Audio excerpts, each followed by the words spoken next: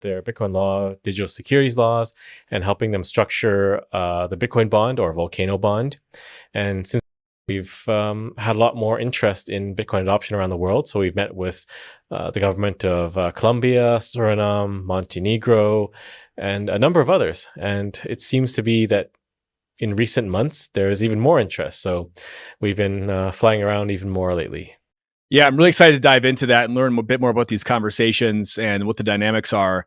Before we dive into that, maybe talk about like why do you believe Bitcoin is uniquely suited to solve financial challenges in like underdeveloped countries, especially when you're comparing that to other cryptocurrencies that also sort of claim to be trying to do the same thing.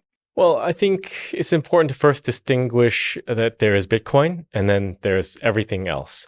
Bitcoin is a unique asset class and it cannot be compared to crypto projects. Like I've seen some altcoin, I forgot which one, but the founder is this guy that said, all governments are going to be using my project in 10, 20 years. But, you know, these are receptive to it, and he wanted to get the news out there that he's looking at Bitcoin. But, it's slow moving, so we have to just be persistent. But as you're saying, like, recent months, it seems to be heating up more so than before, possibly because of Bitcoin kind of stabilizing, if you will, or just increased institutional acceptance of Bitcoin. So we see the ETFs gobbling up more Bitcoin. So these seem to be indicating that Bitcoin is here to stay. And more countries are looking at it. So we've had outreach where people have come to us and have arranged meetings with the government. So it seems to be warming up for sure.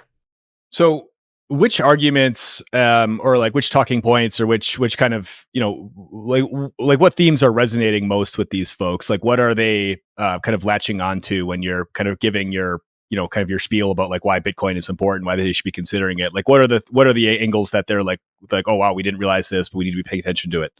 Strategic Bitcoin reserve of even 250,000. That's a big step. And all those other countries that are watching the US will definitely take that as a signal that they should go ahead and move on their Bitcoin strategy. But there's a danger there too, because the first mover always has the biggest advantage. So if you look at the ETFs again as an example, the US has almost 1 million Bitcoin in their ETFs. And then Hong Kong, which launched second, has 10,000 some odd Bitcoin, and Australia has 100 something. So you can see, like, if you wait for the US to make the first move in terms of setting up a Bitcoin strategic reserve, you may not have a lot of Bitcoin down the road. And we do see that competition heating up between all these different countries and entities accumulating. So you have, in addition to the ETFs in the US, you have companies like MicroStrategy, Tether, which are accumulating massive amounts of Bitcoin, and other countries mining Bitcoin like Bhutan. So there's not a lot of Bitcoin left. And I think perhaps most governments don't fully understand that it's a limited supply, because in the fiat world, it's all unlimited. You can print as much as you want. But with Bitcoin, there's definitely tell them, hey, this is happening in the US. Do you have a plan? Do you want a plan? But people are easily distracted by their own problems. Every country has their own social, economic things to deal with. But it's kind of our mission to tell them, hey, these are the different things happening around the world, and it's time to get prepared. And the question is, which place in line do you want to be? Do you want to be first, second, or 20th? So it's bringing these topics up and presenting them and really getting their eyes open to the state of the world. That is important, I think. And we'll see which ones go first. But there's definitely a first mover advantage. And it could be that second and third place never catch up to number one. That's interesting. That's kind of been my thesis around El Salvador. Why I find El Salvador so fascinating is that like directionally, I feel like they're directionally correct. Where like at some point, it's inevitable they're going to end up being like the richest country in the world, if they keep doing what they're doing, right? I mean, or maybe not like, but you know what I mean? Like they're going to end.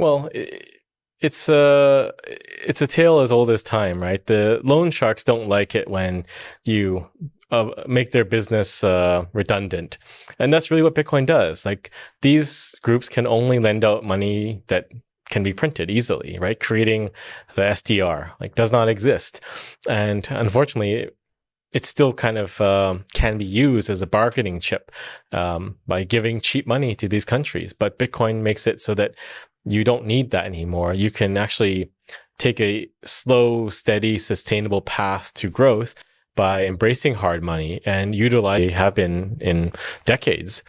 But we just see like Bitcoin countries that embrace Bitcoin or are open to Bitcoin seem to be far more fiscally responsible. And that definitely has an impact on just general well-being of these economies. So we've, over the last couple of years since El Salvador made their big announcements and their big moves, we've seen a number of other countries kind of flirting with this idea of adopting Bitcoin or legalizing Bitcoin or making it legal tender. You know, places like Panama, I think like Central African Republic was up on there too. And, you know, and these things, they had some momentum, then they kind of fizzled out, or they didn't make it across the finish line for whatever reason.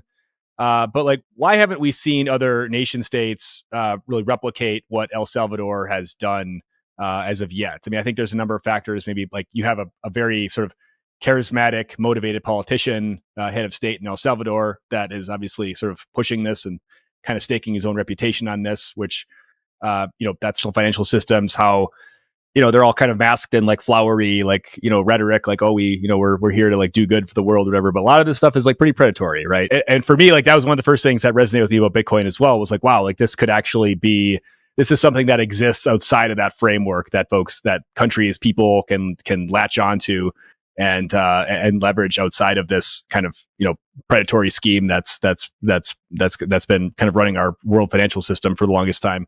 Yeah, well, money is a very potent form of control. So he who controls the money controls the people. You can incentivize people to do things like build roads. Like if you can print money, you can make them build roads or go fight in wars or do a number of things. And it's also a way to control other countries too. So if they're dependent on your money, not just in Latin America, but in Africa, going from 0 to 66K or 67, whatever right now, it kind of shows you like this thing is rapidly increasing and there's no stopping it. And for other people, I think you have to see it. They'll probably need to see it at 250,000 and higher before that realization dawns on them, because you cannot look at this asset class that's gone from 0 to 250,000 in 20 years and still say, well, it's just a fad. And, you know, the fiat currency that's dropped another 100% in value and purchasing power is going to somehow come back, right? There's a point of no coming back. And I think this is a problem that most of the models for Bitcoin price appreciation miss out on, which is they're projecting for decades. I think it's more like 5 in a jail or throw you in the gulag. What recourse do you have? Because it's difficult to prove you don't have something. So there's a lot of work that has to be done to better protect Bitcoiners and people in general, because the current laws are not going to cut it. Yeah, that's a really good point. I haven't actually thought about that, where it's how do you prove that you don't own something, right? It's like, okay, I bought this Bitcoin on an exchange, you know, once, and it was in a wallet of mine once, but then like I've lost the seed phrase, like it fell in the lake, whatever, and like I don't have access to this Bitcoin anymore. Are you going to throw me in the gulag? Are you going to come and like, you know, it's like an unrealized capital gains tax of some sort, right? Exactly. All of these rules and regulations and laws are designed for a system that is self-contained, right? It's some newspaper that says the free speech is dangerous, right? So even though it's protected in the First Amendment, you know, will it continue to be protected if enough people in control deem it to be a danger to society? Who knows? But you can definitely see everything's open to interpretation. Like just in Canada, who's the terrorist? The protesters are terrorists, right? So what we want is Bitcoiners in the government. So you have to start from somewhere. Either a Bitcoiner's got to go run for office, or you meet the people in charge right now and you teach them about Bitcoin. Because the only protection against this dystopian world is that everyone becomes a Bitcoiner. Yeah, exactly. It's like it's the only way to prevent against that, right? And it's And I think your earlier point about how, you know, we're going to reach the point. You have to fulfill withdrawals, but you can naked sell altcoins because no one takes that stuff into self custody. They're just trading it anyway. So you can flood the market. And I mean, the market is also being flooded by more altcoins too. So maybe that is the way that you sell paper Bitcoin. You dump altcoins that don't exist into the marketplace, and you buy a bit of Bitcoin to meet basic withdrawal requests, and then you can kind of keep the price suppressed. Yeah, people might be rushing to dump altcoins, but the amount of to sell Bitcoin at this price is probably, you know, there's less going to be less demand for withdrawals of Bitcoin at this point than there may have been in the past, right? When people thought it was, you know, it was more of a, you know, from your kind of your hodler crowd and whatnot. A couple of last questions here before we wrap up. I wanted to just turn the conversation back to Latin America here, and I know you've been meeting with some folks like Colombia, Suriname, you know, some other places, Argentina. It sounds like you've been you know, following what's going on there, and I just wanted to get some